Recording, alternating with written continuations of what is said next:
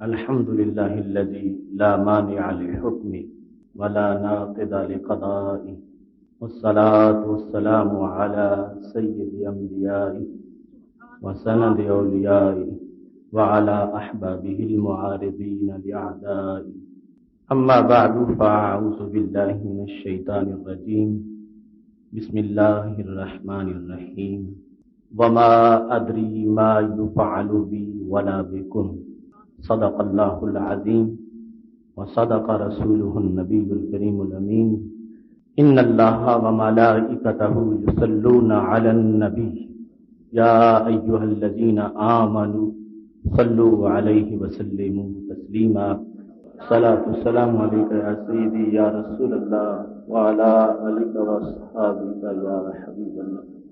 مولاي صل وسلم دائما أبدا على حبيبك خير الخلق كلهم. هو الحبيب الذي ترجى شفاعته لكل هول من الأهوال مقتحم. يا أكرم الخلق مالي من ألوذ به سواك عند حلول الحادث العممي. ربي صل وسلم دائما أبدا على حبيبك خير الخلق كلهم. اللہ تبارک و تعالی جل جلالہ وعم نوالہ واتم برہانہ وعظم شانہ کی حمد و ثنا، اور حضور سرور کائنات مفخر موجودات زینت بزم کائنات دستگیر جہاں غم گسار زماں سید سربراں حامی بے قسم قائد المرسلین خاتم النبیین احمد مجتبی جناب محمد مصطفیٰ صلی اللہ علیہ وآلہ وصحبہ وبارک وسلم کے دربار گوہربار میں ہدیہ درود السلام عرض کرنے کے بعد، نہایت ہی محتشم سامعین حضرات، رب ذوالجلال کے فضل اور توفیق سے آج ہمارے خطبہ جمعۃ المبارک کا موضوع ہے مفہوم قرآن بدلنے کی واردات، قسط نمبر 7۔ میری دعا ہے رب ذوالجلال ہم سب کو قرآن و سنت کا فہم عطا فرمائے، اور اللہ تبارک و تعالی ہم سب کو ان لوگوں کے اوہام اور پراپوگنڈے سے محفوظ رکھے جو قرآن مجید کی آیات کے مفہوم پر واردات کرنے والے ہیں۔ محتشم سامعین حضرات، یہ موضوع ہمارے نہایت ہی اہم موضوعات کے سلسلہ میں سے ایک ہے۔ اس کی 6 اقساط پہلے ہو چکی ہیں، اور اس میں مرکزی نقطہ یہ ہے کہ قرآن مجید برہان رشید کی کچھ آیات کو غلط پس منظر میں پڑھا جاتا ہے اور پیش کیا جاتا ہے، اور ہم اس غلطی کی نقاب کشائی کرنا چاہتے ہیں، اور جو قرآن مجید کی آڑ میں لوگوں کے اندر غلط نظریات پھیلائے جا رہے ہیں ان کا اللہ کی توفیق سے کلا کما کرنا چاہتے ہیں۔ آج ایک آیت کریمہ کے ایک حصے کے لحاظ سے گفتگو ہوگی۔ ایک اعتراض جو میرے پاس پہنچا تو میں نے یہ لازمی سمجھا کہ اس کے لحاظ سے پورا ایک موضوع رکھا جائے، تاکہ وہ جو کثرت سے اس کو پڑھا جاتا ہے اور اس سے غلط نظریات کو آگے بڑھایا جاتا ہے اس کو روکا جا سکے۔ تو یہ ہمارے دونوں سلسلوں سے منسلک موضوع ہے، مسئلہ علم غیب پر اعتراضات کے جوابات میں بھی، اور دوسرا مفہوم قرآن بدلنے کی واردات کے لحاظ سے بھی یہ اہم موضوع ہے۔ تو قرآن مجید برہان رشید میں رب کائنات جل جلالہ کا یہ فرمان ہے وما ادری ما یفعل بی ولا بکم، کہ رسول اکرم صلی اللہ علیہ وسلم کو یہ کہا گیا کہ آپ یہ کہہ دیں کہ میں نہیں جانتا جو میرے ساتھ ہوگا اور جو تمہارے ساتھ ہوگا۔ ما یفعل بی ولا بکم، سورہ احقاف کی یہ آیت کریمہ 26ویں پارے کے آغاز میں۔ اور دوسری طرف صحیح بخاری شریف میں یہ حدیث شریف ہے کہ جس وقت حضرت عثمان بن مظعون رضی اللہ تعالی عنہ کا وصال ہوا تھا تو حضرت ام علا رضی اللہ تعالی عنہا نے ان کے بارے میں یہ الفاظ بولے تھے کہ اللہ تبارک و تعالی نے تجھ پہ کرم کیا، تجھے جنتی بنایا۔ اس موقع پر رسول اکرم صلی اللہ علیہ وسلم نے ارشاد فرمایا واللہ ما ادری وانا رسول اللہ ما یفعل بی، کہ ام علا تم نے یہ الفاظ کیسے بولے؟ خدا کی قسم میں نہیں جانتا کہ میرے ساتھ کیا ہوگا،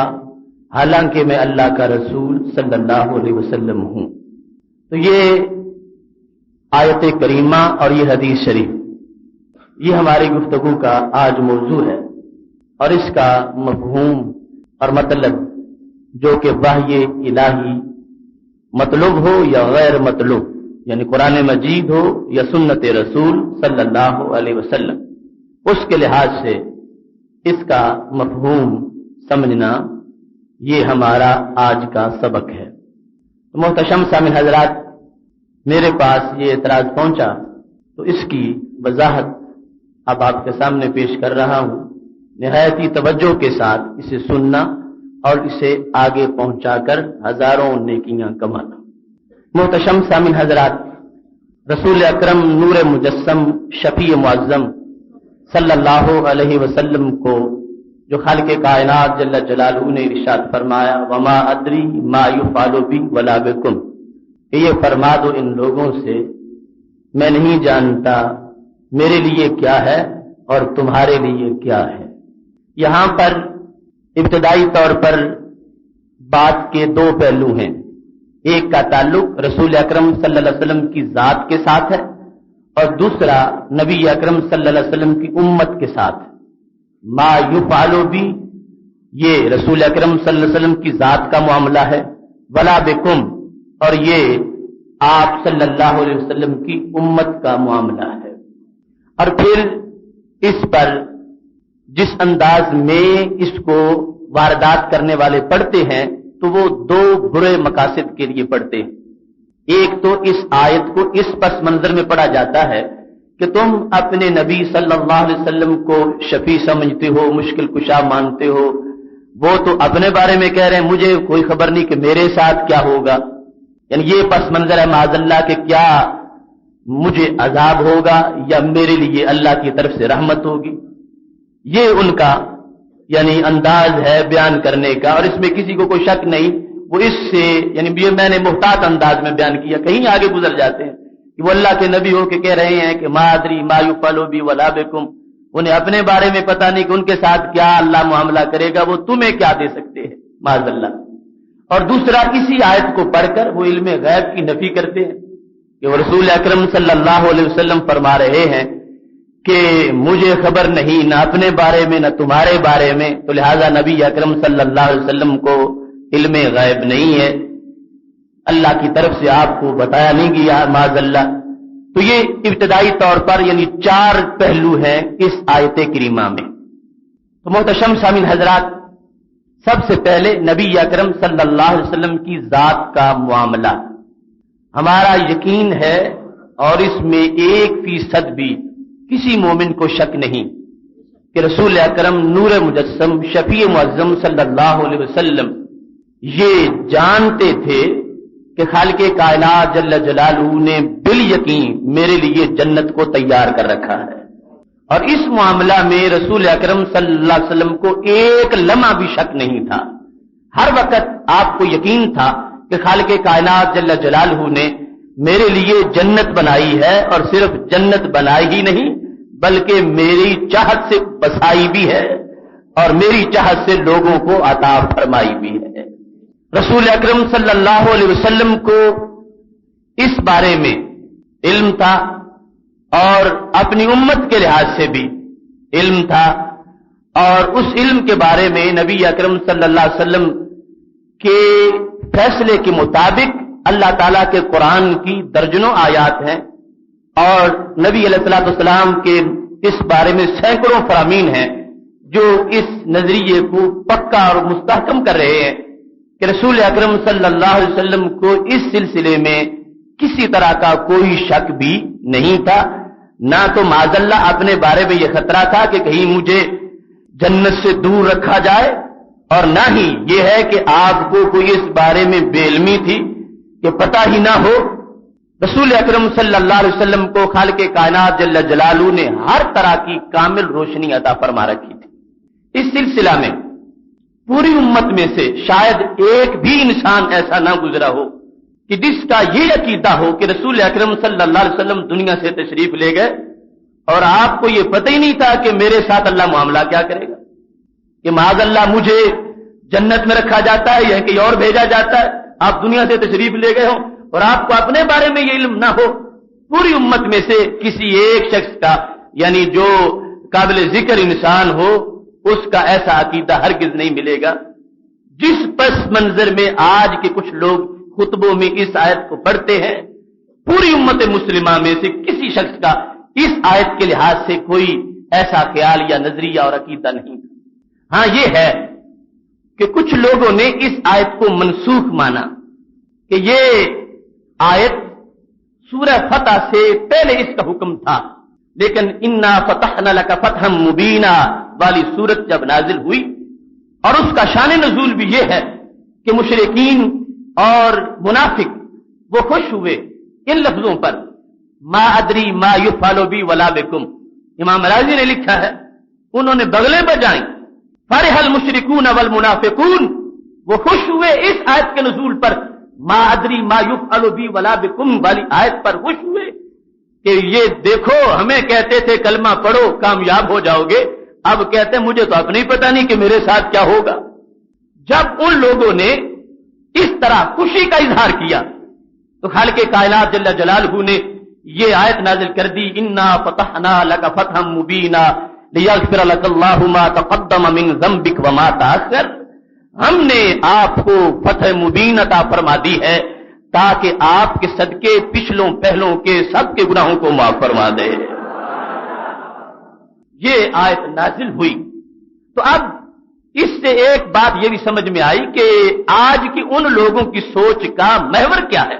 اس وقت مشرکین اور منافقین کو ان لفظوں سے بڑی خوشی ہوئی کہ دیکھو یہ نبی تو اپنے بارے میں بھی نہیں جانتے کہ میرے ساتھ کیا ہوگا، یہ ہم ان کے پیچھے کیوں چلیں، یہ ہمیں کس بات کی دعوت دیتے ہیں۔ جس بندے کو اتنا ہی وثوق اپنی دعوت پہ نہیں کہ میری بات پر کیا مجھے بھی نجات ملے گی یا نہیں ملے گی، تو اس کی بات کو اور کون مانے گا۔ لہذا فرح المشرکون والمنافقون، وہ خوشی منا رہے تھے اس پر، اس آیت کے اس ظاہری مفہوم پر جس کو آج لوگ بات پیش کرتے ہیں۔ تو خالق کائنات نے آیت نازل کر کے ان کے منہ کو بند کر دیا کہ ایسا نہ سوچو، ہم نے ان کے صدقے اوروں کے گناہوں کو بھی معاف فرما دیا۔ یہ ایک اس کا انداز ہے کہ اس آیت کو منسوخ مانا جائے، لیکن اکثر محققین نے اس آیت کو منسوخ نہیں مانا اور اس آیت کا مطلب بیان کیا کہ یہ اصل میں نازل کس طرح ہوئی ہے، کیونکہ اخبار کا ایک تعلق ایسا ہے کہ اس پہ نسخ آ ہی نہیں سکتا، وہ منسوخ ہو ہی نہیں سکتی، اور اس کا تعلق اس قبیلے کے ساتھ ہے۔ احکام آتے ہیں پھر منسوخ ہو جاتے ہیں، لیکن اللہ جو خبریں دیتا ہے، مثال کے طور پر جنت یوں ہے جہنم یوں ہے، کل اگر یہ منسوخ ہو جائے تو ایسا نہیں ہو سکتا، اخبار پہ نسخ آ ہی نہیں سکتا، تو لہذا یہ احکام کی بات نہیں، یہ اخبار کی بات ہے۔ تو اس کے لحاظ سے کیا ہوگا؟ امام راضی رحمت اللہ علیہ کہتے ہیں اکثر المحققین استبعدوا هذا القول، نسخ والے قول کو اکثر محققین نے بڑا بعید سمجھا ہے کہ یہ اس کو منسوخ ماننا یہ درست نہیں، یہ اصل جس طرح نازل ہے اسی طرح ہے، لیکن مفہوم اس کا وہ ہے کہ جس کو پڑھنے سے ایمان تازہ ہوگا، منافقوں کو ہرگز خوشی نہیں ہوگی۔ اور تفسیر القاری میں حضرت امام عبد الحق محدث دہلوی رحمۃ اللہ علیہ کے لخت جگر نور الحق صاحب رحمہ اللہ تعالی نے اس بارے میں لکھا، این تو جی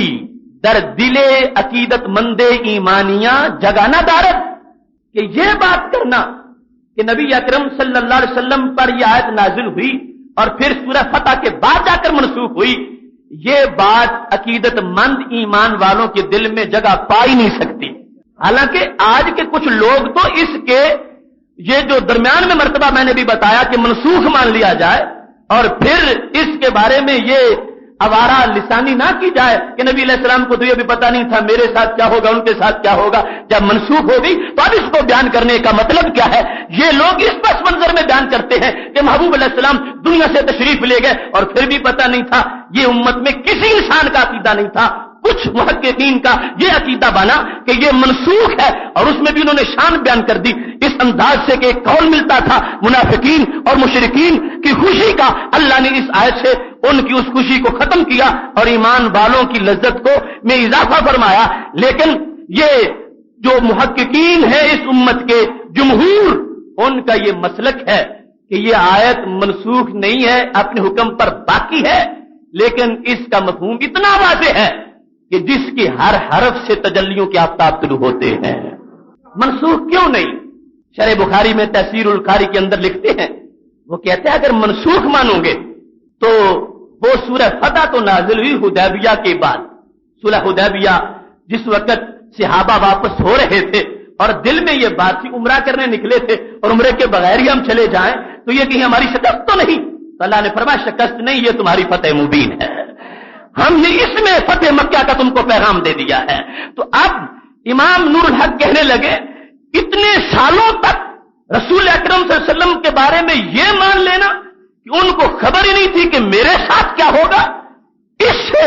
بڑا ایمان کے لیے، ہمارے ایمان کے لیے سکم اور بیماری کیا ہو سکتی ہے؟ لہذا ایک لمحہ بھی یہ نہیں مانا جائے گا کہ ہمارے نبی علیہ السلام کو کسی طرح اپنے بارے میں یا اپنے ماننے والوں کے بارے میں کسی طرح کا کوئی شک تھا، ایسی ایک گھڑی بھی نبی اکرم صلی اللہ علیہ وسلم کے اوپر نہیں گزری۔ اور ہمارے محبوب علیہ الصلوۃ والسلام پہلے دن سے یہ جانتے تھے اللہ نے مجھے بھی جنتوں کا مہمان بنایا ہے اور سب سے اونچی سیٹ میرے لیے ہے اور میرے ماننے والوں کو بھی جنتوں کا مہمان بنایا ہے۔ نسک کے قول پر 6 ہجری تک یہ ماننا پڑے گا، اس لیے اکثر محققین نے اس بات کو بھی پیچھے ہٹا دیا کہ شان رسالت کا تقاضا یہ ہے کہ ما ادری ما یفعل بی ولا بکم، اس کا مطلب وہ ہے کہ جس کی وجہ سے اعتراض بنتا ہی نہیں ہے، جس کی وجہ سے کوئی خرابی لازم آتی ہی نہیں ہے، نہ تو نبی علیہ الصلوۃ والسلام کی شان مشکل کشائی کے لحاظ سے اور نہ ہی علم غیب کے لحاظ سے اس کا واضح ترین مفہوم ہے جس کو خالق کائنات جل جلالہ نے دیگر آیات کی روشنی میں بیان فرما دیا ہے۔ امام رازی نے جب اس پہ بحث کی تو 3 دلائل پیش کرتے ہوئے انہوں نے کہا اس کو منسوخ نہ مانو، یہ ابھی بھی باقی ہے، لیکن مطلب اس کا سمجھو۔ مطلب کیا ہے؟ فرمانے لگے بالیقین جب نبی اکرم صلی اللہ علیہ وسلم دوسروں کو کہتے تھے میں اللہ کا نبی ہوں تو یقیناً یہ بات تو جانتے تھے کہ میں نبی ہوں، دوسروں کو جب دعوت دے رہے تھے اس سے پہلے خود اپنے نبی ہونے سے واقف تھے، اور جو نبی ہوتا ہے اس سے گناہوں کا صدور نہیں ہوتا کہ جس کی وجہ سے وہ جہنمی بن جائے۔ تو رسول اکرم صلی اللہ علیہ وسلم جس وقت سیدنا صدیق اکبر رضی اللہ تعالی عنہ کو دعوت ایمان دے رہے تھے اس وقت ساتھ یہ اعلان کر رہے تھے کہ صدیق اللہ نے میرے لیے جنت بنائی ہے، اگر میرا دامن پکڑو گے تمہیں بھی جنت مل جائے گی۔ اس واسطے امام راضی رحمۃ اللہ علیہ کہتے ہیں سرکار صلی اللہ علیہ وسلم کا نبی اپنے آپ کو ماننا اور جاننا یہی اس بات کی دلیل ہے کہ جو نبی ہوتا ہے وہ مغضوب نہیں ہوتا، وہ معذب نہیں ہوتا، وہ جہنمی نہیں ہوتا، وہ گناہگار نہیں ہوتا، وہ جنتوں کا وارث ہوتا ہے، جنتیں بانٹتا ہے۔ لہذا محبوب اکرم صلی اللہ علیہ وسلم کا اوروں کو یہ دعوت دینا کہ مجھے نبی مان لو، یہی اس بات کی دلیل ہے کہ آپ کو اس قدر پختگی تھی اس بات کے اندر کہ جو نبی ہوتا ہے ہرگز اس سے آخرت کے بارے میں یہ بے علمی نہیں ہوتی، بلکہ اتنا علم روشن ہوتا ہے کہ اس کی زبان کے لفظ سے اوروں کے یقین کے سمندر بھی آباد ہو جاتے ہیں۔ دوسرے نمبر پر امام راضی رحمۃ اللہ علیہ نے یہ دلیل دی کہ لوگوں دیکھو تو صحیح، مقام نبوت سے مقام ولایت نیچے ہے، مقام نبوت اونچا ہے، تو ولیوں کے بارے میں جب یہ قرآن کہے الا ان اولیاء اللہ لا خوف علیہم ولا هم یحزنون، کہ اللہ کے ولیوں تمہیں کوئی خوف نہیں، تمہیں کوئی حزن نہیں،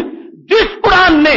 ولیوں کے خطرے مٹا دیے ہیں اور انہیں سرٹیفکیٹ دے دیا ہے اگر تم مقام ولایت پر فائز ہو گئے ہو تمہیں کوئی حزن کوئی خوف نہیں ہے۔ جو محبوب علیہ الصلوۃ والسلام اپنی زبان سے قرآن کی تلاوت کرتے ہوئے ولیوں کو جنت کے سرٹیفکیٹ دے رہے تھے، معذاللہ اپنے بارے میں یقین نہیں تھا کہ مجھے کیا ملے گا؟ امام راضی کہنے لگے جب قرآن کی آیت واضح کر رہی ہے کہ اللہ کے اولیاء کے لیے جنت ہے تو انبیاء کے بارے میں یقیناً جنت کا اعلان کیا جا چکا ہے۔ تیسری دلیل کہتے ہیں اللہ فرماتا اللہ عالم حیث یجعل رسالتہ، لوگوں اللہ زیادہ جانتا ہے کہ وہ اپنی رسالت کہاں رکھے گا، تم اپنی طرف سے امیدوار نہ بناؤ۔ جس طرح کے مشرکین مکہ نے عروہ بن مسعود رضی اللہ تعالیٰ عنہ کو جب وہ حالت کفر میں تھے رسالت کا امیدوار بنایا ہوا تھا، لولا نزل هذا القرآن على رجل من القريتين عظیم، اے اللہ قرآن کو نازل کرنا تھا تو اس عروہ بن مسعود پہ نازل کرتا۔ تو اللہ نے فرمایا اللہ عالم حیث یجعل رسالتہ، تم مجھے مشورے نہ دو، میں جانتا ہوں کہ میں نے جہاں نبوت رکھنی ہے میں نے ازل سے ان کو منتخب کر رکھا ہے کہ ان کے قریب نہ اعلان نبوت سے پہلے اور نہ ہی اعلان نبوت کے بعد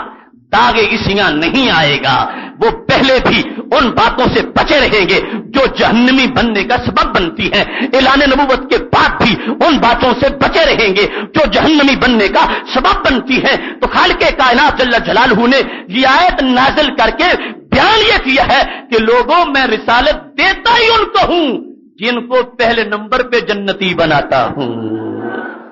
اللہ عالم حیث یجعل رسالتہ، فرمایا جب یہ قرآن اعلان کر رہا ہے اس نے واضح کر دیا ہے، اور یہ تو جن لوگوں تک یہ آیات پہنچی ان کو بھی خبر ہو گئی کہ جائے کہ جس سینے پہ اترا ہے ان کو خبر نہ ہو، یقیناً رسول اکرم نور مجسم شفیع معظم صلی اللہ علیہ وسلم اس بات کو جاننے والے ہیں کہ خالق کائنات جل جلالہ نے ان کے لیے کس قدر کی جنتیں آباد کر رکھی ہیں۔ یہ تین دلائل ان کے ہیں، اور اگر قرآن مجید برہان رشید کی آیات کے اندر تدبر کیا جائے تو کثیر دلائل ہیں اس بارے میں کہ رسول اکرم نور مجسم شفیع معظم صلی اللہ علیہ وسلم صرف اپنے بارے میں ہی نہیں اپنی امت کے بارے میں بھی واقف ہے۔ اپنے بارے میں ان کی شان کیا ہے؟ خالق کائنات فرماتا وَلَقَدْ سَبَقَتْ كَلِمَتُنَا لِعِبَادِنَا الْمُرْسَلِينَ إِنَّهُمْ لَهُمُ الْمَنْصُورُونَ وَإِنَّ جُنْدَنَا لَهُمُ الْغَالِبُونَ۔ کچھ لوگ کہنے لگے کہ رسول اکرم صلی اللہ علیہ وسلم یہ نہیں جانتے تھے، ان کا یعنی تعویل تھی محض۔ ان لوگوں سے یہ بات ہلکی ہے جن لوگوں نے یہ کہا کہ نبی اکرم صلی اللہ علیہ وسلم کو معاذاللہ اپنے بارے میں یہ پتا نہیں کہ کیا میں جنتی بنتا ہوں یا نہیں بنتا۔ ان لوگوں سے یہ مطلب کچھ ہلکا تھا جن لوگوں نے یہ کہا کہ یہ نہیں جانتے تھے کہ کیا میں غالب آ سکوں گا یا ناکام ہو جاؤں گا، نبوت کا کام کرتے کرتے مجھے فتح ملے گی یا فتح نہیں ملے گی۔ یہ دائرہ جن لوگوں نے بنایا تھا لادری کے اور مہادری کے لحاظ سے ان لوگوں کو بھی یہ آیت جواب دے رہی ہے کہ خالق کائنات جل جلالہ نے یہ اعلان فرما دیا ہے وَلَقَدْ سَبَقَتْ كَلِمَتُنَا لِعِبَادِنَا الْمُرْسَلِينَ، جو بندے ہمارے رسول ہوتے ہیں ہم ان کو یہ بات پہلے عطا کر چکے ہیں اِنَّهُمْ لَهُمُ الْمَنْصُورُونَ، انہی کی مدد کی جائے گی، وَإِنَّ جُنْدَنَا لَهُمُ الْغَالِبُونَ، اور وہ مغلوب نہیں رہیں گے، دنیا بھر میں غالب آ کے رہیں گے۔ پھر اللہ فرماتا کتب اللہ لأغلبن انا ورسلی، فرمایا میں بھی غالب آؤں گا، میرے رسول بھی غالب آئیں گے۔ اب رسول اکرم نور مجسم شفیع معظم صلی اللہ علیہ وسلم کو اس بارے میں شک ہو کہ میں کیا مکہ فتح کر لوں گا یا نہیں کر لوں گا، یا میری نبوت سمٹ کے ایک گھر تک رہے گی یا پوری کائنات میں تک پھیل جائے گی، اس بارے میں کوئی شک اور وہم ہو، نہیں، خالق کائنات جل جلالہ یہ اپنی طرف سے ایک سرٹیفکیٹ عطا فرما رہا ہے لاغلبن انا ورسلی، اے میرے نبی صلی اللہ علیہ وسلم ہم نے آپ کو یہ شان عطا فرمائی ہے، اور ہم یہ وعدہ کر رہے ہیں اور اس بات کا اعلان کر رہے ہیں کہ جو ہماری پارٹی ہے، جو حزب اللہ ہے، جو جند اللہ ہے، اور جس کو ہم نے یہ اعزاز دیا ہے، جن سینوں کو ہم نے اپنی بہج کا مرکز بنایا ہے، ہم ان کو یہ علم عطا کر رہے ہیں کہ یہ غلبہ پانے والے لوگ ہیں اور کبھی بھی ان کو کسی طرح کی کوئی نا امیدی نہیں ہوتی۔ بلکہ قرآن مجید تو یہاں تک کہتا ہے وَمَا كَانَ اللَّهُ لِيُعَذِّبَهُمْ وَأَنْتَ فِيهِمْ وَمَا كَانَ اللَّهُ مُعَذِّبَهُمْ وَهُمْ يَسْتَغْفِرُونَ، فرمایا اللہ کی یہ شان نہیں کہ اللہ ان زمین والوں کو عذاب دے حالانکہ آپ ان کے اندر تشریف فرما ہو، آپ ان میں موجود بھی ہو اور اللہ ان کو عذاب بھی دے، یہ کیسے ہو سکتا ہے؟ اللہ کی یہ شان نہیں کہ اللہ زمین والوں کو عذاب دے وَأَنْتَ فِيهِمْ، اور آپ ان میں موجود بھی ہوں اور پھر بھی ساری زمین کو پلٹ دیا جائے, سارے لوگوں کو بندر بنا دیا جائے, سب کو خنزیر بنا دیا جائے, جو نہ ماننے والے ہو ان پر خون کا عذاب نازل ہو جائے, جو نہ ماننے والے ہو ان کی شکلیں تبدیل کرتی جائیں, فرمایا نہیں محبوب تیرے صدقے ہم مجرموں کو بھی آباد رکھیں گے. ادری ما یفعل بی ولا بکم کا یہ ظاہری مطلب, اور یہ آیات وما کان اللہ لیعذبہم وانت فیہم, جب تک آپ ان میں ہیں ہم ان کو عذاب نہیں دیں گے. وہ پہلی امتوں پر جس طرح کا عذاب نازل ہوتا تھا وہ ان پر نازل نہیں ہوگا. تو رسول اکرم نور مجسم شفیع معظم صلی اللہ علیہ وسلم جب صحابہ کے سامنے یہ آیت پڑھ رہے تھے تو کیا بیان کر رہے تھے؟ فرمایا اللہ نے مجھے تو اپنی رحمتوں کا گہوارہ بنایا ہوا ہی ہے اور مجھے تو رحمت للعالمین بنایا ہی ہے اور میرے لیے تو عافیت ہے ہی. اللہ نے میرے صدقے اس دنیا کے اندر خالق کائنات جل جلالہ نے اوروں کو بھی رحمتیں عطا فرما دی ہیں. ساتھ جو دوسرا معاملہ ہے ولا بکم والا, اس کے لحاظ سے نبی اکرم نور مجسم شفیع معظم صلی اللہ علیہ وسلم کا علم کیسا ہے؟ قرآن سنو, اللہ فرماتا وبشر المؤمنین بان لهم من اللہ فضلا کبیرا. میرے نبی مومنوں کو خوشخبری سنا دو کہ اگر کلمہ پڑھ جائیں گے تو ان کو فضل کبیر ملے گا. اگر کلمہ پڑھ جائیں گے تو ان کو فضل کبیر ملے گا, چھوٹا فضل نہیں بڑا فضل ملے گا. ان کو دعوت دو کہ تمہاری غلامی میں آ جائیں, جو آ جائے گا ہم اس کانٹے کو بھی پھول بنا دیں گے, جو آ جائے گا ہم اس سرے کو آفتاب بنا دیں گے. تلکل جنت التی نورث, یہ جنت ہے جو ہم ورثے میں دے دیں گے. من عبادنا من کان تقیا, جو تمہاری عشق کی سوغات لے کر متقی بن جائے گا ہم اس کو جنتی نہیں جنت کا وارث بھی بنا دیں گے. اب دیکھو ما ادری ما یفعل بی ولا بکم, اگر اس کا یہی مطلب ہے کہ جو یہ لوگ بیان کرتے ہیں تو پھر ان ساری آیات کا مطلب کیا ہوگا؟ مجھے یہ خبر نہیں میرے ساتھ کیا ہو اور مجھے یہ پتہ نہیں تمہارے ساتھ کیا ہو. جو ایسی بات کرے اس کو تو دنیا میں کوئی ووٹ نہیں دیتا, اس کا کلمہ کون پڑے گا؟ رسول اکرم نور مجسم شفیع معظم صلی اللہ علیہ وسلم سب سے بڑی دعوت لے کر آئے ہیں اور سب سے جامع پیغام لے کر آئے ہیں اور سب سے پختہ دلائل لے کر آئے ہیں اور سب سے قوی زور استدلال لے کر آئے ہیں. آپ کی دلیل کو سن کر منکروں کے دل نور سے معمور ہو گئے. تو دلیل اتنی پختہ تھی جس میں شک کی کوئی گنجائش نہیں تھی, اور جس مفہوم میں یہ لوگ اس آیت کو پڑھنے والے ہیں اس سے تو معاذ اللہ یہ پتا چلتا ہے کہ نبی علیہ الصلوۃ والسلام معاذ اللہ بڑی ڈھیلی سی دعوت لوگوں کو دے رہے ہو. تو پھر کلمہ کوئی نہ پڑھتا, کتنے وسوخ سے دعوت دی ہے. وبشر المؤمنین بان لهم من اللہ فضلا کبیرا, ان لوگوں کو بشارت دو کہ اگر تم بتوں کو چھوڑ کے میرے پاس آ جاؤ گے, میرے رب کو مان لو گے, مجھے مان لو گے, ہم تمہیں جہنم میں جلنے نہیں دیں گے, جنت عطا فرمائیں گے. وسیق الذین اتقوا ربهم الى الجنۃ زمرا, خبر دی ہے فرمایا چلایا جائے گا ان لوگوں کو جن لوگوں نے تقوی اختیار کیا جنت کی طرف ایک جلوس کی شکل میں. حتی اذا جاؤوها وفتحت ابوابها وقال لهم خزنتها سلام علیکم طبتم فادخلوها خالدین. فرمایا جب یہ میری امت کے میرے ماننے والے چلیں گے آگے سے فرشتے استقبال کو بڑھیں گے. وَأُزْلِفَتِ الْجَنَّةُ لِلْمُتَّقِينَ, جنت ان کی طرف سمٹ کے آ جائے گی ان کے پاؤں چومنے کے لیے, اور جب آگے بڑھیں گے دروازے پہلے کھل چکے ہوں گے. سلام علیکم طبتم, ہر طرف سے فرشتے سلام سلام کے نعرے لگا رہے ہوں گے. یہ موقف پیش کیا, یہ بات بیان کی تو لوگوں نے کلمہ پڑھا. اگر یہ ہوتا کہ پتہ ہی نہیں تم کو پھر بھی جہنم میں پھینک دیا جائے اور مجھے معاذ اللہ اپنا پتہ نہیں, تو کوئی کس طرح یہ دعوت آگے بڑھتی؟ قرآن مجید کہتا ہے کہ رسول اکرم نور مجسم شفیع معظم صلی اللہ علیہ وسلم نے لوگوں کے سامنے واضح کر دیا. اور سیق الذین اتقوا ربهم کا مفہوم دیکھو. میرے نبی علیہ السلام فرماتے انا اتقاکم واعلمکم واخشاکم, فرمایا سب سے زیادہ تقوی اللہ نے مجھے عطا فرمایا ہے. اور پھر وَسَيُجَنَّبُهَا الْأَتْقَى, فرمایا ساری کائنات کی امتوں میں سے میرے صدیق پہلے نمبر کے متقی ہیں.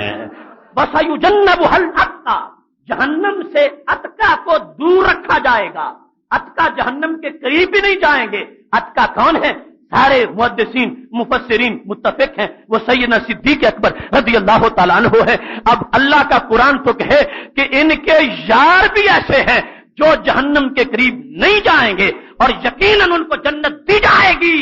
جو اپنے یاروں کی جنت کا وحی الہی کی شکل میں اعلان کر رہے ہوں ان کو اپنے بارے میں کوئی شک کیسے ہو سکتا ہے؟ آیات پڑھتے جاؤ، خالق کائنات فرماتا ہے لا يسمعون حسیسها ان الذين سبقت لهم من الحسنى اولئك عنها مبعدون۔ فرمایا جن کو ہم نے حسنہ کا لفظ بول دیا وہ سارے جہنم سے دور رہیں گے، سارے جہنم سے دور رہیں گے۔ سب کے بارے میں بیان کیا، اپنے بارے میں نہیں، سب کے بارے میں۔ فرمایا جن کو ہم نے حسنہ کا وعدہ کر لیا ہے وہ لا يسمعون حسیسها، صرف یہ نہیں کہ جہنم میں نہیں داخل ہوں گے، صرف یہ نہیں کہ ان کو جہنم سے کچھ دور رکھا جائے گا، فرمایا وہ سینکڑوں میل دور جہنم کی آواز پہنچے گی، مگر ہم حسنہ والوں کو اس سے بھی دور رکھیں گے،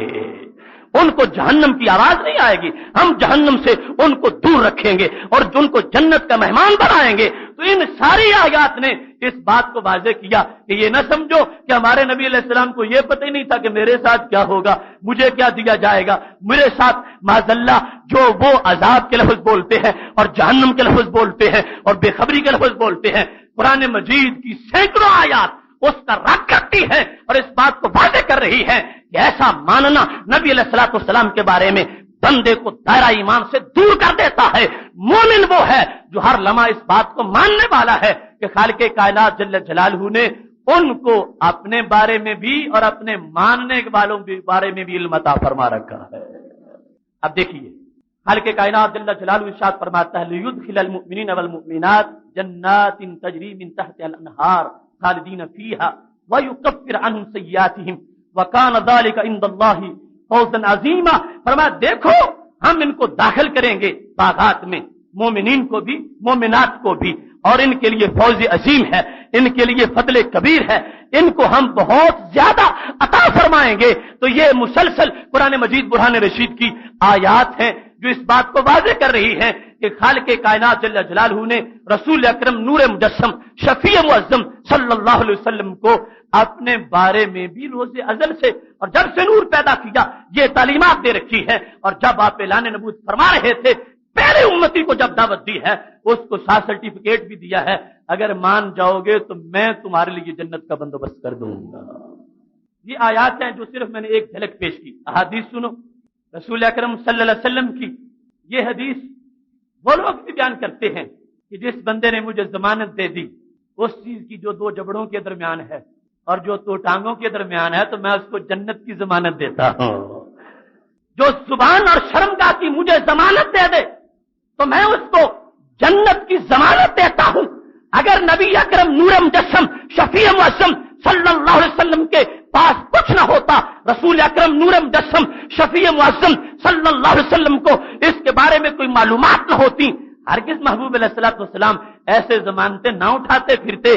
آپ نے اس انداز میں پوری شریعت کو بیان کیا ہے، خواہ وہ احکام ہو، خواہ وہ معاملات ہوں، خواہ وہ تصوف اخلاق کی باتیں ہوں، ہر ایک میں اتنی پختگی کے ساتھ لوگوں مجھے عام سا دائی نہ سمجھو، مجھے واعظ نہ سمجھو، میں وہ ہوں ادھر بات کرتا ہوں ادھر رب سے میرا تعلق قائم رہتا ہے، جب تک وحی یوحا کی تار نہیں ملتی اس وقت تک میری زبان نہیں کھلتی۔ میں ضمانت سے بول رہا ہوں جس نے میرے دیے ہوئے درس اخلاق کو مان دیا میں آج اس کو جنت کی ضمانت دے رہا ہوں۔ اتنا تضاد ہے ان لوگوں کے ہاں، ایک طرف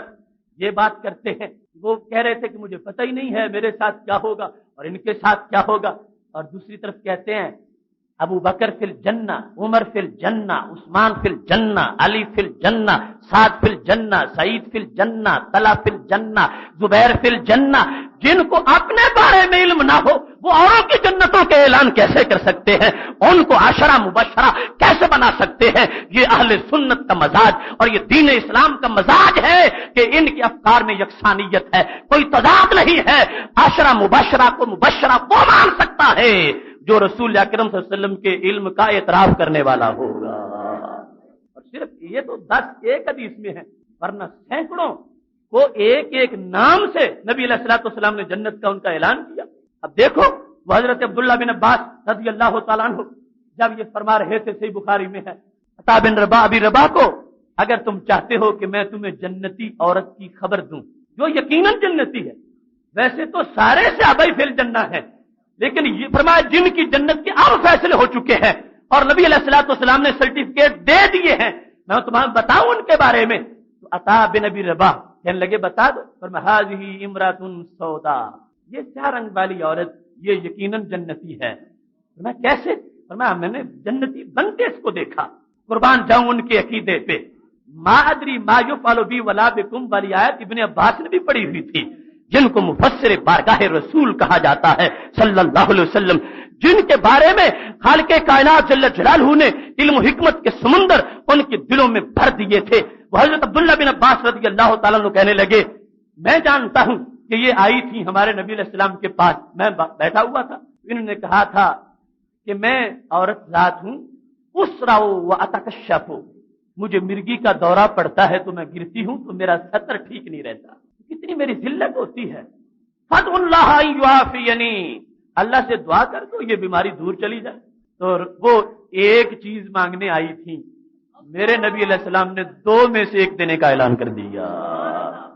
میرے کریم سے گر قطرہ کسی نے مانگا، دریا بہا دیے ہیں، دروے بہا دیے ہیں۔ فرمایا ان سے صبر ولکل جنہ، اگر چاہو تو صبر کرو بیماری پر، تمہارے لیے جنت کا فیصلہ آج کرتا ہوں، اور اگر چاہتی ہو تو میں دعا کر دیتا ہوں بیماری دور ہو جائے گی۔ ان شئت صبرت ولکل جنہ، تو وہ کہنے لگی اصبرو، میں صبر کرتی ہوں، آپ جنت عطا فرما دیں۔ اس وقت کی عورتیں بھی اتنا فہم تھا ان کو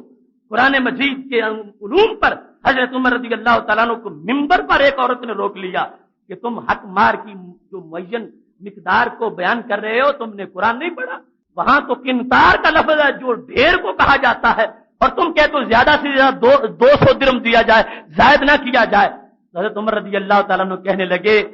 مرد نے غلط کہا، عورت نے صحیح فیصلہ کر دیا۔ یہ حال تھا ان خواتین کا۔ اب جس وقت انہوں نے دیکھا کہ نبی علیہ الصلوۃ والسلام یہ فیصلہ فرما رہے ہیں، آج دریائے رحمت جوش میں ہے، بیماری تو یہ چند دنوں کی ہے، چند مہینوں کی ہے، پتہ نہیں کل موت آ جائے، لیکن جنت تو دائمی ملے گی۔ تو کہنے لگی جنت دے دو۔ اب جس ماحول میں قرآن اترا،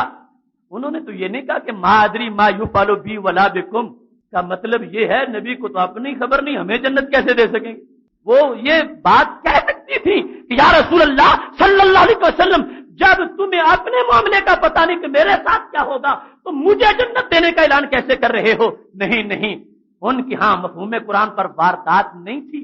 ان کی ہاں ہر لمحہ پہ رحمتوں کی سوغات موجود تھی۔ جس وقت انہوں نے دریا رحمت جوش میں دیکھا ہے، فرمایا اصبرو، صبر کروں گی، مجھے جنت عطا فرما دو۔ اب آگے حدیث شریف میں جو الفاظ لکھے ہوئے ہیں ان کے لحاظ سے میں اپنی طرف سے نہیں بیان کرتا۔ کوئی کہے گا کہ یہ تو صرف بات تھی، پتہ نہیں جنت ملے گی یا نہیں ملے گی، یہ محض نبی علیہ السلام نے فرما دیا تھا، ہو سکتا ہے نہ ملے، لیکن میں کہتا ہوں ابن عباس سے تو فیصلہ کرواؤ، بخاری شریف میں ہے، انہوں نے یہ لفظ سنے تو عقیدہ کیا رکھا، اپنے شاگرد عطا کو کہنے لگے اگر تم نے یقیناً جنتی خاتون کے بارے میں جاننا ہے تو یہ جنتی ہیں۔ ان کا عقیدہ یہ ہے کہ رسول پاک صلی اللہ علیہ وسلم نے ان کو جنت دے دی ہے،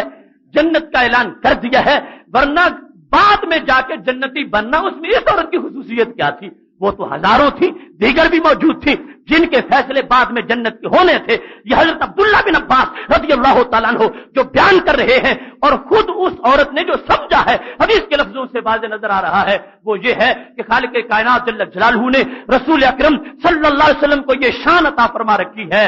جب چاہتے ہیں جس کے بارے میں جنت کا فیصلہ فرما دیتے ہیں۔ اب دیکھیے اس بات کو آگے بڑھانے سے پہلے اب یہ تو آپ کے ذہن میں آ گیا، آیات بھی سینکڑوں ہیں اور احادیث ہزاروں ہیں جو اس مفہوم کو رد کرتی ہیں، جس میں آج کچھ لوگ اس آیت کو پڑھتے ہیں، اور جو شخص اس کو اس مفہوم میں پڑھتا ہے آج کہ رسول اکرم صلی اللہ علیہ وسلم دنیا سے تشریف لے گئے اور اس وقت تک آپ کو پتہ ہی نہیں تھا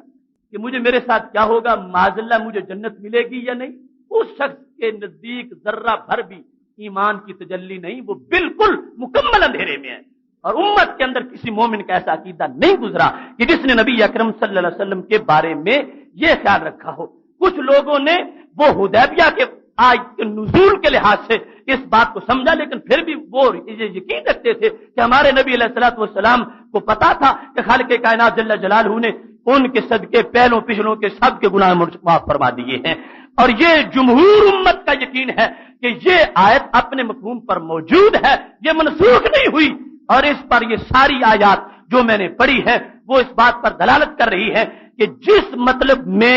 دونوں جزوں کے لحاظ سے رسول اکرم صلی اللہ علیہ وسلم کی معاذ اللہ جو وہ مجبور سی شخصیت پیش کرتے ہیں کہ اپنے بارے میں بھی پتہ نہیں تھا، ان کو بار بار کہہ رہے تھے میں جانتا نہیں ہوں، مجھے پتہ ہی نہیں ہے، علم بھی نہیں ہے، اور یہ ایسی صورتحال مستقبل میں ان کے ساتھ پیش آنے والی ہے، وہ کسی کو کیا بچائیں گے۔ یہ جو جن دونوں مفہومات کے لحاظ سے وہ واردات کرتے ہیں، یہ ساری آیات اور ان کے علاوہ جو میں نے نہیں پڑھی بہت سی، وہ ان کے اس مفہوم کو مکمل طور پر اول سے لے کر آخر طور پر غلط ثابت کر رہی ہیں، اور صحیح مفہوم اس کا وہ ہے جو خود یہ آیت بھی بولتی ہے اور اس کے ساتھ سارا قرآن بھی بولتا ہے۔ ما ادری ما یفعل بی ولا بکم، امام بیضاوی رحمۃ اللہ علیہ نے لکھا، اس کا مطلب واضح ہے۔ کیا فرمانے لگے؟ رسول اکرم صلی اللہ علیہ وسلم کو اللہ نے علم اجمالی دیا اور وہ ساری آیات میں اس کا ذکر موجود ہے، اور یہاں نفی علم کی نہیں، علم تفصیلی کی ہے۔ مثال کے طور پر رسول اکرم صلی اللہ علیہ وسلم کو یہ پتا ہے جنت میں میرا سب سے اونچا مقام ہوگا،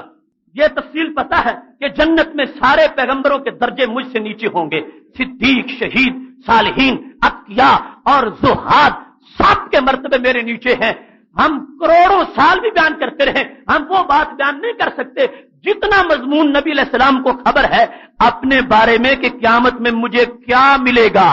لیکن پھر بھی ملے گا اتنا جو کسی حد میں آتا ہی نہیں ہے، وہ بیان کر دیا۔ مادری، میں نہیں جانتا کہ اللہ کتنے کتنے کرم قیامت کو مجھ پر کرنے والا ہے۔ ما ادری ہے بالتفصیل، میں نہیں جانتا، ہر اس تفصیل کے لحاظ سے، کیونکہ وہ باتیں کچھ ایسی ہیں جو خالق کائنات جل جلالہ اسی وقت ان کا القاء کرے گا، اسی وقت ظہور کرے گا۔ یہ ساری تفصیلیں موجود ہیں کہ ارشاد فرمایا تھا۔ اب یہ بھی کوئی نہ سمجھے کہ یہ جو تم خود مان رہے ہو اجمالی ہے، تو اجمالی تو تھوڑا سا ہوتا ہے۔ میں یہ بتا دوں جو ان کے لحاظ سے اجمالی ہے وہ ہوتا ہے جو سمندروں سے بھی بڑا ہوتا ہے۔ اجمالی کا ہمارے لحاظ سے مطلب اور ہے، اور نبی علیہ السلام کے لحاظ سے مطلب اور ہے، اور تفصیل کی نفی کی جا رہی ہے، ورنہ جامع ترمذی میں ہے جب صحابہ نے یہ کہا تھا بیٹھے ہوئے، ان ابراہیم خلیل اللہ وهو كذلك، حضرت ابراہیم علیہ السلام تو اللہ کے خلیل ہیں، حضرت موسیٰ علیہ السلام اللہ کے کلیم ہیں، فرمایا میں نے تمہارا کلام سن لیا ہے، سنو الا وانا حبیب اللہ، یاد رکھو میں تو بڑی شان والا ہوں، میں تو اللہ کا حبیب ہوں۔ اور پھر فرمایا انا اول الانبیاء خروجا اذا بعثوا، قیامت کے دن اپنے روضہ سے سب سے پہلے میں نکلوں گا۔ وآدم فمن دونہ تحت اللواء، حضرت آدم علیہ السلام سے لے کر حضرت عیسیٰ علیہ السلام تک ہر نبی میرے جھنڈے کے نیچے ہوگا۔ وقائدہم اذا وفدوا، فرمایا جب سارے حسین چہرے سج جائیں گے، خلیل بھی ہوں گے، کلیم بھی ہوں گے، مسیح بھی ہوں گے، نجی بھی ہوں گے، صالحین بھی ہوں گے، شہداء بھی ہوں گے، اولیاء، اوتاد، اغیاء سب جب اکٹھے ہو جائیں گے، اس وقت قیادت میں کر رہا ہوں گا۔ وَخَطِيبُهُمْ إِذَا أَنصَتُوا، جب اللہ کے دربار میں ہم جائیں گے کوئی نہیں بول سکے گا، تقریر میں کروں گا۔ جب سب کو پیاس لگے گی پانی میں پلاؤں گا۔ ہزار مفہومات جاننے والے ہیں، ہماری سوچ تو ان تک بھی نہیں جا سکتی۔ یہ اجمال کا مطلب ہے کہ خالق کائنات جل جلالہ ان کو اتنا دینے والا ہے، اتنا عطا کرنے والا ہے کہ محبوب علیہ السلام کو فرما دیا لوگوں میں اس تک نہیں پہنچ سکتا جو خالق کائنات مجھ پہ لامحدود کرم فرمانے والا ہے۔ کیونکہ ہمارا عقیدہ کہ رسول اکرم صلی اللہ علیہ وسلم کا علم جتنا بھی ہے محدود ہے، صرف اللہ تعالیٰ کا علم غیر محدود ہے۔ نبی اکرم صلی اللہ علیہ وسلم کے محدود کے لفظ پر بھی کسی کو یہ نہ پڑے یہ لفظ سرکار کے بارے میں لفظوں کا مطلب بدل جاتا ہے۔ محدود کا لفظ لوح محفوظ کا علم کتنا ہے؟ لوح محفوظ ومن علومک علم اللوح والقلم، امام بصیری کہنے لگے تمہارے علوم میں سے لوح کا بھی علم ہے، قلم کا بھی علم ہے. اب لوح اس پر جو کچھ ہے ہمارا خیال صدیوں تک بھی ان علوم کا احاطہ نہیں کر سکتا، لیکن بالآخر لوح کی حد ہے، لوح محدود ہے، اور ہمارے اللہ کا علم لوح میں بند نہیں، اس سے کہیں زیادہ ہے. تو لہذا رسول اکرم نور مجسم شفیع معظم صلی اللہ علیہ وسلم کو اتنا کچھ عطا کر رکھا ہے کہ ہمارا خیال تو اس تک بھی نہیں جاتا، لیکن جو پیچھے اللہ کی اپنی معلومات ہیں ان کے بارے میں اللہ جو کچھ دینے والا ہے، فرمایا مجھے پتا نہیں کہ اللہ کیا کیا کرم مجھ پہ فرمانے والا ہے. اب اس مقام پر دیکھو کتنا واضح مفہوم ہے، اور اس کو بغض کی وجہ سے سمیٹا جا رہا ہے، اور اتنی آیات کی مخالفت کی جا رہی ہے، اتنی احادیث کی مخالفت کی جا رہی ہے. میں نے یعنی محدود اندازے سے یعنی سینکڑوں آیات اور ہزاروں حدیث کا لفظ بول دیا. ان سب کو وہ بندہ صحیح مان لے گا جو مادری کا یہ مطلب سامنے رکھے گا، اور اس میں بالخصوص یہ بات یعنی تحقیقی جو قول ہے یہ آیت اپنی جگہ موجود ہے، منسوخ نہیں ہے. اور ایک لمحہ بھی میرے نبی علیہ السلام پر ایسا نہیں تھا کہ جس وقت شک ہو کہ پتہ نہیں میرے ساتھ بنتی کیا ہے اور میرے ساتھ ہوتا کیا ہے. نہیں، وہ سورہ فتح کے نزول سے پہلے ہی اعلان نبوت فرما رہے تھے، اس سے پہلے ہی یہ جانتے تھے کہ خالق کائنات جل جلالہ نے مجھے سرداریاں عطا فرمائی ہیں، میرے نام کے صدقے اللہ جہنمیوں کو جنت عطا فرما دے گا. اتنی حدیث ہے. میں نے وہ کے سامنے وہ موضوع رکھا تھا میدان حشر کے سفارشی، اس میں میں نے وہ احادیث بیان کی تھی کہ خالق کائنات فرمائے گا جن جن کو پہچانتے ہو ان کو نکالو اور ان کو جنت میں لے جاؤ، اور وہ لوگ جن کو محبوب علیہ السلام ایک مٹھی بھر کے جنت میں پہنچائیں گے سارے جسم ان کے جل چکے ہوں گے جہنم میں، اور پھر ان پہ ابر کرم برسے گا تو چمکنا شروع ہو جائیں گے. حدیث شریف میں آتا ہے ان لوگوں کو جنتی جہنمیون کہیں گے. ہوں گے یہ جنت میں لیکن ان کا نام جہنمی پڑ جائے گا کہ سب سے آخر جہنم سے نکل کے جائیں گے. تو اس حد تک رسول اکرم نور مجسم شفیع معظم صلی اللہ علیہ وسلم کا ابر کرم برسنے والا ہے. اور یہ ہے قرآن مجید کا مفہوم جس کو یہ آیت بیان کر رہی ہے، اور سارا قرآن جس کی صداقت پہ گواہی دے رہا ہے. باقی اس کے ساتھ ولا بکم، تمہارے ساتھ کیا ہوگا اس سلسلہ میں جو اجمالی علم ہے ہمارے خیال سے وہ بھی باہر ہے. ہمارے موضوعات گزر گئے، نوازشات جنت، جنت کا ماحول، جنت اور دیدار الہی، اس طرح کے سارے موضوعات میں وہ صرف احادیث ہیں جن کو یہ بیان کیا گیا کہ نبی اکرم نور مجسم شفیع معظم صلی اللہ علیہ وسلم نے تفصیل سے بیان کیا ہے کہ جس وقت جنت تک پہنچو گے 2 چشمے ہوں گے ہر دروازے کے ساتھ، ایک سے جنتی غسل کریں گے اور دوسرے سے پانی پئیں گے. جب پانی پی لیں گے اندر کی غلاظت نکل جائے گی، اور جب وہاں سے غسل کریں گے فرمایا لن تغیر ابشارہم ولن تشأس اشعارہم، اس کے بعد کبھی بالوں کی کنگھی ماند نہیں پڑے گی اور کبھی جلد پہ میل نہیں آئے گا. اس طرح کی چمک ہوگی کہ جنت میں داخل ہو رہے ہوں گے. میرے نبی علیہ السلام نے فرمایا قد 60 گز ہوگا اور 9 گز سینہ چوڑا ہوگا، اور دل حضرت ایوب علیہ السلام والا ہوگا، اور چہرہ حضرت یوسف علیہ السلام والا ہوگا، اور گلے میں غلامی نبی علیہ السلام کا پٹا ہوگا. نورہم یسعی بین ایدیہم، آگے پیچھے نور دوڑ رہا ہوگا. سلام علیکم طبتم کے نعرے لگ رہے ہوں گے. نور آنکھوں میں تو چہروں پہ اجالے ہوں گے، مصطفیٰ والوں کے انداز نرالے ہوں گے. یہ بھی ہے کہ جو کچھ لفظوں میں بیان ہو سکتا تھا وہ میں نے کیا، اور وہ بھی جس حد تک تم پہنچ سکے اپنی سوچ کے مطابق تم نے سمجھا. یہ ہر ایک کی کیا مجال ہے کہ نبی علیہ السلام کے لفظ کی آخری تہ تک سب کچھ حاصل کر لے. ہر ایک نے جو سمجھا تم نے اپنی سوچ کے مطابق، اور میں نے بیان کیا وہ کچھ حصہ کسی نے سنا کچھ کسی نے سنا، اور سارا مجموعی طور پر بھی جو بیان ہوا یہ اس ولا بکم کے لحاظ سے میں نے کچھ بیان کیا. باقی جو کچھ بعد میں آنے والا ہے وہ ہے ہی ایسا جس کو لفظوں میں بیان کیا ہی نہیں جا سکتا. وہ ایسی چیزیں ہیں، اور اس انداز سے رسول اکرم نور مجسم شفیع معظم صلی اللہ علیہ وسلم نے واضح کر دیا. یہ تھی صورتحال جس کو مجرموں نے معاذ اللہ شان گھٹانے کے لیے پڑھا، حالانکہ اللہ نے تو شان بڑھانے کے لیے نازل کیا تھا.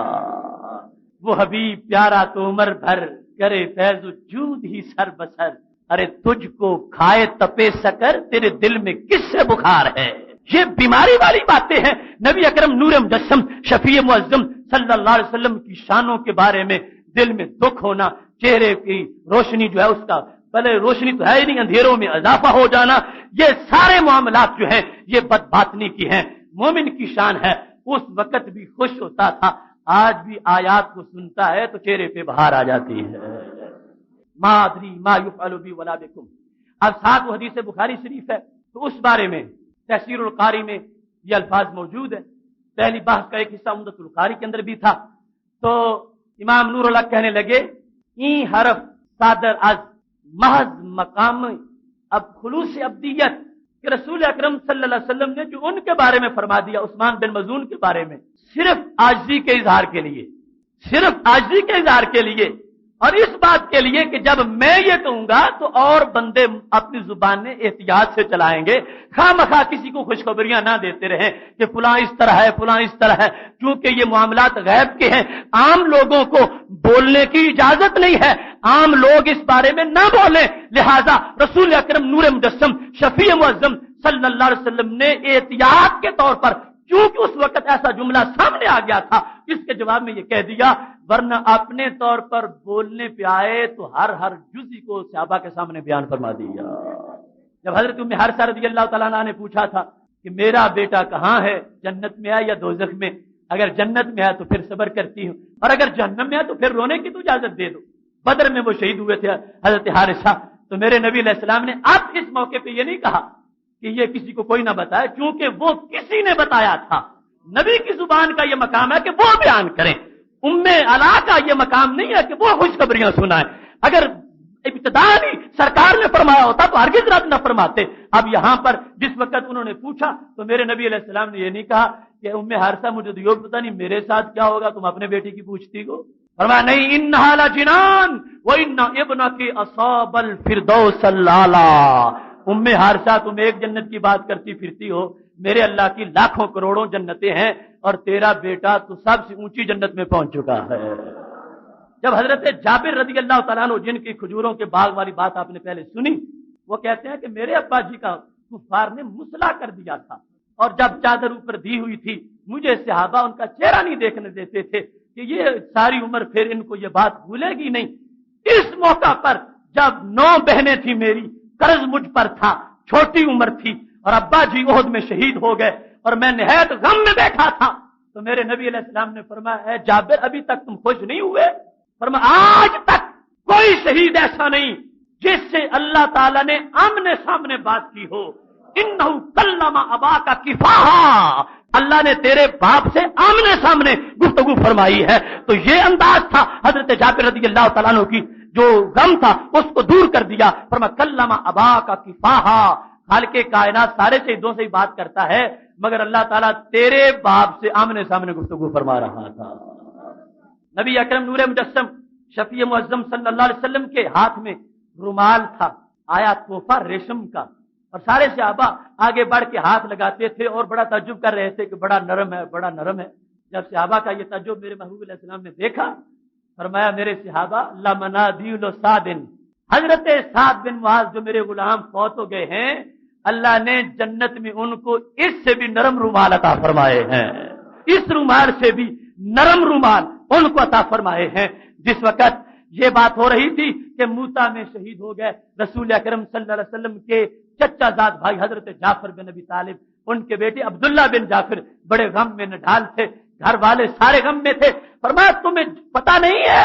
انہ لیطیر فی الجنت مع الملائکۃ حیث یشاء، اللہ نے میرے جعفر کو، میرے بھائی جعفر بن ابی طالب کو جو دونوں بازو ان کے کٹ گئے تھے اس کے بدلے میں یاقوت کے پر دے دیے ہیں، وہ جنت میں جدھر چاہتے ہیں پروں سے اڑتے پھرتے ہیں۔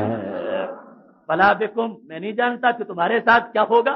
یہ مطلب جو ان لوگوں نے سمجھایا، یہ سارے معاملات وہ پہلی آیات اور یہ احادیث اس کو رد کر رہی ہے، اور اس مقام پر بھی رسول اکرم نور مجسم شفیع معظم صلی اللہ علیہ وسلم ارشاد یہ فرمانا چاہتے تھے کہ تاکہ لوگ اپنے طور پر خوشخبریاں نہ دیں۔ جب ام علا کو روکا حضرت عثمان بن مظعون کے بارے میں خوشخبری پر، اور اس انداز سے کہ خالق کائنات جل جلالہ میرے صدقے میرے غلاموں کو بھی بہت کچھ عطا فرمانے والا ہے، بہت کچھ نوازنے والا ہے۔ تو یہ تھا اس آیت کریمہ کا مفہوم کہ رسول اکرم صلی اللہ علیہ وسلم کی شان کو واضح کرنے کے لیے اللہ تعالیٰ نے اس آیت کو نازل فرمایا تھا۔ محترم سامعین حضرات، گفتگو کافی طویل ہو گئی، یہ اس کا ایک پس منظر اور ایک جھلک، اور جو پوری امت کا اتفاقی عقیدہ ہے، کسی کو اس میں اختلاف نہیں، اور یہ ایمان ہے اور یہ یقین ہے، اور یہ وہ بات ہے جو رسول اکرم صلی اللہ علیہ وسلم نے اپنے صحابہ کو بتائی تھی۔ میں اس پر گفتگو کو ختم کر رہا ہوں اس بات کے ساتھ کہ جو شخص اس اجتماع میں حالت شک میں آیا تھا، اللہ اس کے شک کو یقین میں تبدیل فرمائے، اور جو پہلے اصحاب یقین ہیں، خالق کائنات جل جلالہ ان کے یقین میں مزید اضافہ فرمائے، اور پھر اس بات کو آگے پہنچاؤ، اور یہ دیکھو کہ کتنا ظلم ہو رہا ہے قرآن مجید کے مفہوم پہ، ایک آیت کو لے کر اس کا پس منظر بدل کے، اب ترجمہ تو میں نے بھی یہ کیا، لیکن پس منظر اس کو انہوں نے بدل کے ساری آیات کے مفہوم کا رد کیا۔ جتنے بھی آیات دیگر میں نے پڑھی ہے، احادیث پڑھی ہے، لیکن اہل سنت کو اللہ نے وہ شان عطا فرمائی ہے کہ کہیں بھی کوئی تضاد نہیں ہے، اللہ تعالیٰ نے یکساں یقین ہر آیت کے لحاظ سے عطا فرمایا ہے، اور اس میں رسول اکرم نور مجسم شفیع معظم صلی اللہ علیہ وسلم کے جو علوم کا سلسلہ ہے، انشاءاللہ وہ ابھی چونکہ ہمارا موضوع جاری ہے، اللہ تبارک و تعالی ہمیں سمجھ کر آگے پھیلانے کی توفیق عطا فرمائے۔